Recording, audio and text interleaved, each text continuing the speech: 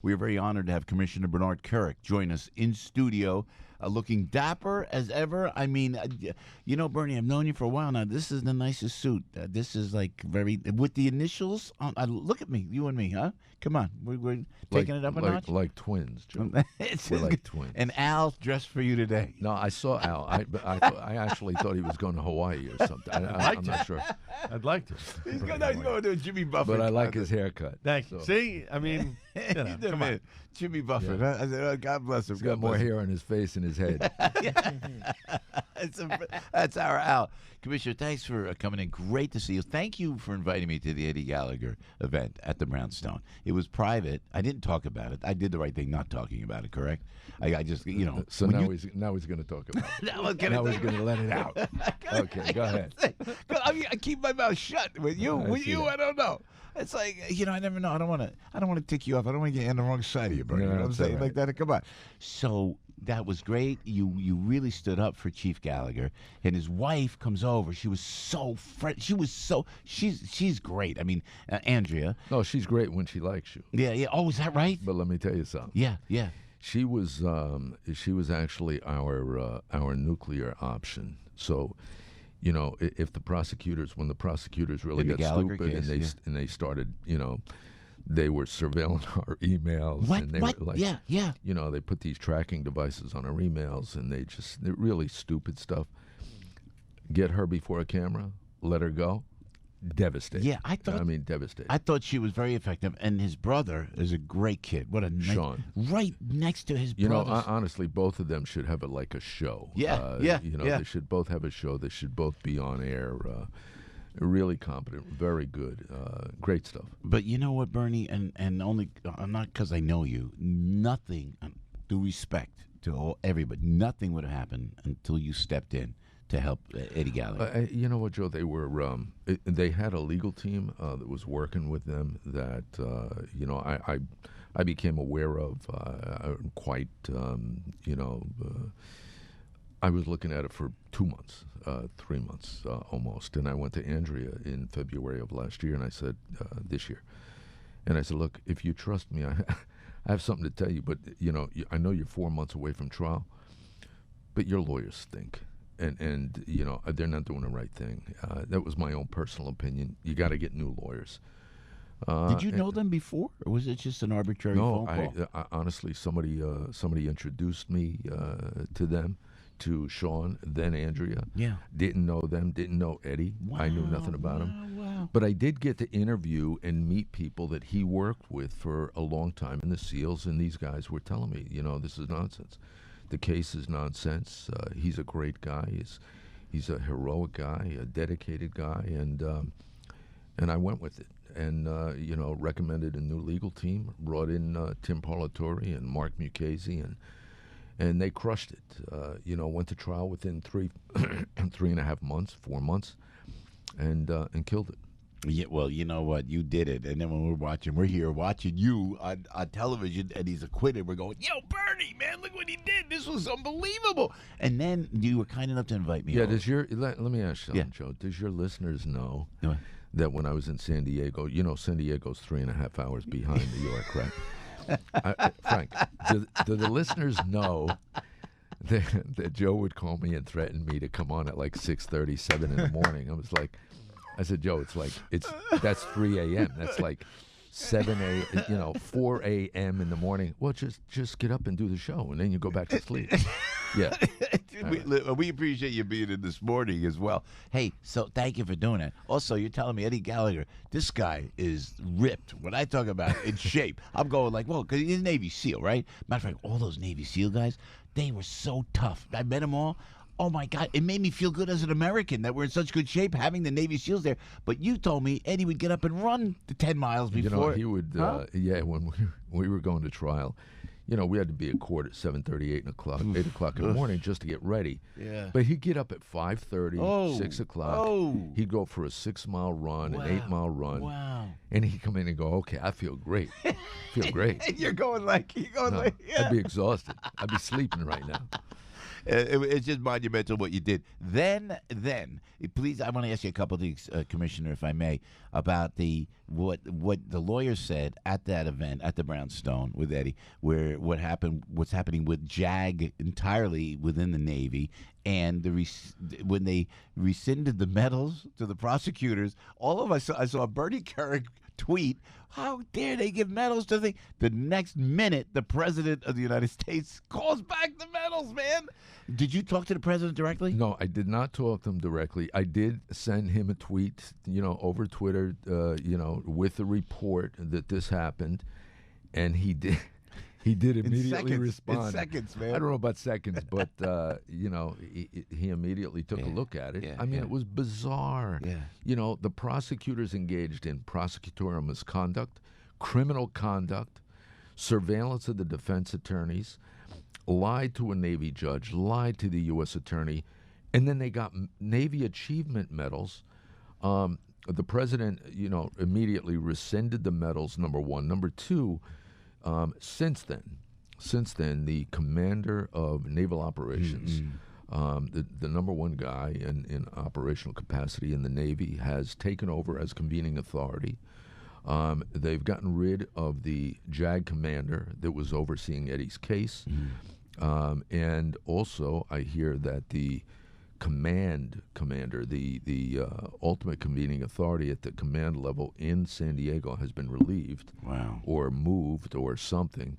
And there's a major shakeup. I mean, somebody has to look at why this happened, why it happened, why there was misconduct, why there was criminal conduct, what their intent was, why they did what they did. And up until this point, up until a couple of days ago, they were holding up Eddie's retirement, and they were prosecuting his lieutenant for failure to supervise in a war crimes case, when in fact Eddie was acquitted of war crimes, but they still pursued that case. Wow. And I think the commander of naval operations has now realized this is insane. Yeah. This is insane. Yeah. How are you going to prosecute that lieutenant? So since in the last 4 days, they dismissed the charges on the lieutenant. He's now done. We're trying to get Eddie out of the Navy. His retirement date was like a week ago, 2 weeks ago. Why don't they let him retire after all it is? You know what, Joe? They're not allowing Eddie Gallagher to retire. Well, hopefully that's going to change. I think that's in the process of changing. We just want him to get out with his rank. He's lost enough already. He went through major torment and torture. 8 months in prison, man. Close to 10. Between his solitary time, his pretrial confinement, and his secondary confinement. Almost 10 months. Yeah. We teach these guys to be warriors, Bernie. Do we go in there? You know what I mean? Look, Joe, the main reason I got involved, nobody knows better than I do what happens when you let the wrong people in this country. Yeah. I'd rather kill them over there than kill them here. We train these men to go out and do a job that nobody else would have the courage to do. They go do that job, and then we sit back and Monday morning quarterback what they would have, could have, should have done.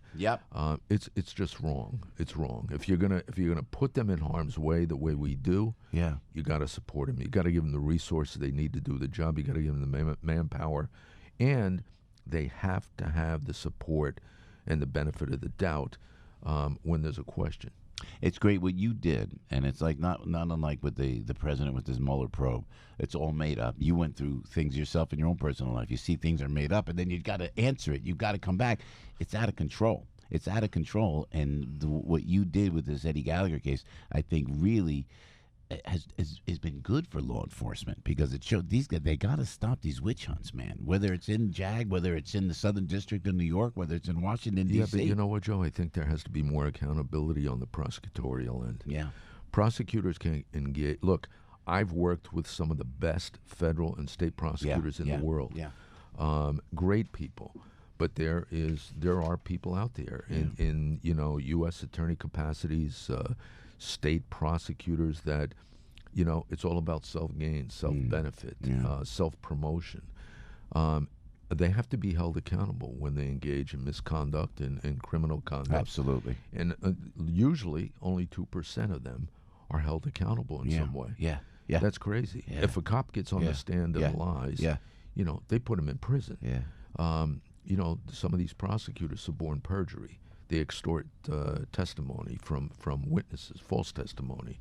They lie to the court, like the prosecutor in Eddie Gallagher's case, and nothing happens to him. Yeah, it's true. You know, as we sit here, Bernie Kerik, Commissioner Kerik, kind enough to join us in the studio, and I know you, and I know the tough warrior that you are, and I keep thinking, and I keep saying this every time you come on because we're a block away from Ground Zero. When you went into Ground Zero and I watched you and Mayor Giuliani, just God, thank you for that, man. I just want to thank you for that. I don't know how you did it. I don't know how your mindset, how you and Mayor Giuliani got caught, and you almost died right there. And you're a warrior, brother. You know, and thank you for that. And and you're a cop's cop. Like I say, when Commissioner O'Neill comes in and Bill Bratton comes in, I know Ray Kelly. I'm in so awe of what you guys have done for this great city. Officer Pantaleo, before we go to the shootings of the day, Bernie, if I may ask, I mean, we support the NYPD. What are you supposed to do? If a cop says, please do something, you know, if you do something, there's not going to be a problem. But you have like 3, 4, maybe 5 tops of these issues throughout the United States, Ferguson and the United States.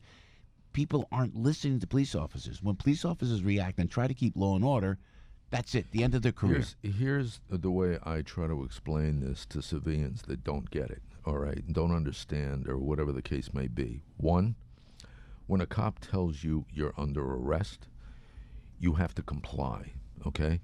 If you don't comply, you're resisting arrest, and that cop has the legal authority to use whatever force necessary to effect that arrest, okay? No matter what the crime is. If I take this from you, I steal this from you, it's a cough drop. Yeah. It's worth about 2 cents. Yeah. If you told a cop that was standing next to you, I just stole your cough drops, the cop has the right to arrest me. When I resist arrest, he has the right to use whatever force necessary. If that winds up in a death of some sort, there's a really good probable cause that he's not going to be charged because it was a lawful arrest. It doesn't make any difference if that was a cough drop or you committed a mass murder. Or a cigarette, or a cigarette. And in the Garner case, that's the issue. Everybody's saying, well, they killed him because he was selling cigarettes. No. He died as a result of resisting arrest, a lawful arrest. And as far as a chokehold or a takedown, I've been in the martial arts. You know this. I've been in the martial arts since I was 14 years old. I've got numerous degrees in the martial arts. That was not a chokehold. It wasn't a chokehold. It was a takedown. And I think that's something else people have to realize. The guy was 360 pounds. They were fighting in front of a plate glass window. They're all armed. 2 things you don't want to happen. You don't want this guy taking your gun, and you don't want to get slammed through that plate glass window. They had to do what they had to do to get him on the ground, put him in handcuffs. Personally, as PC, I would not fire him. There's no justification to fire him. If he gets fired, I think it's a tragedy. Bernie Kerik on the Pantaleo case. Hey, Commissioner, before you go, and again, thanks for your time. The shootings, Bernie, where are we? Why is this happening? Why is it? Are we too politically correct, like we were talking earlier? You know what, Joe? I think there's a couple things. You know, we have become really good at intelligence gathering, social media monitoring, and flagging for radical Islamic terror, right? Every one of these shootings of these, lunatics, whether they're white supremacists, whatever you want to call them, they're just a bunch of kooks. But they seem to write about it all the time. They do these manifestos, they put this stuff on social media. After the fact, 95% of the time somebody says, oh, I knew, I thought, I saw, I read. Okay, how come we're not monitoring that stuff the same way we're monitoring the others? We should be. We should be capturing this stuff online. These social media sites that allow this hate-mongering, this violence-promoting stuff. I think the president talked about it yesterday. I think he's 100% right. Yep. We've got these social media sites can't stand. There's a thing between free speech and just inciting violence. You know, you could have free speech. You could be standing down in a subway, free speech and all day long. You start yelling, you're going to kill somebody or somebody should kill somebody or whatever the case may be. Mm-hmm. Well, that's a different, that's not free speech. All right, that's inciting violence. It's inciting murder. They're doing that, and we're not grabbing it. We're not capturing it, number one. Number two, got to keep guns out of the hands of bad guys. You know, and everybody talks about gun laws. We need more gun laws. Listen, there's no more stringent gun laws than there is in New York City or Chicago. Last weekend in Chicago, 66 shot, 12 dead. Yeah. Okay? There was mass shootings in Chicago. Nobody in the Democratic Party talks about it. They don't care. The bottom line is, it's only an issue when they want to make it an issue. Mm-hmm. You know what? Make it an issue all the time. The harder sentences for, gun carriers. These people that are psychotic, that are kooks, there's got to be a way to flag them as well. Yeah, Bernie, thank you so much. Commissioner Bernard Kerik right there. Appreciate it. And you and I in January, we're going to go to Seafood, Alan Seafood Goldberg, right? All right, guys. We're going to go down? I want to make sure everybody heard him say this, right? Because in January he's going to say, my kids... thing. I got a job. I got something else to do. I got a cruise. Yeah. I got to go to Michael's. Michael's. Which I still haven't been to. When is the thing in I took him to the Brownstone twice. I haven't been to Michael's once. No. But when is the thing in January? So this way I'll make sure I have the date. So I know he'll forget. It's January. It's Atlantic City.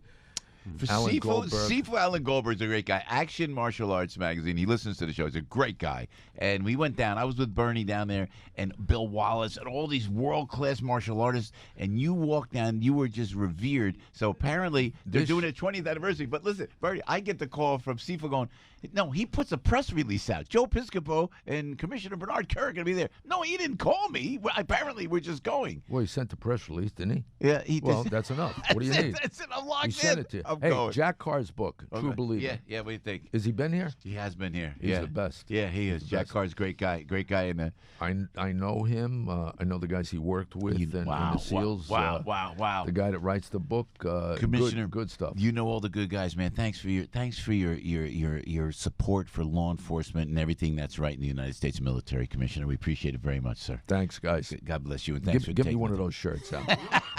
Absolutely. Tommy Bahamas, the best. Debbie's out there on the road.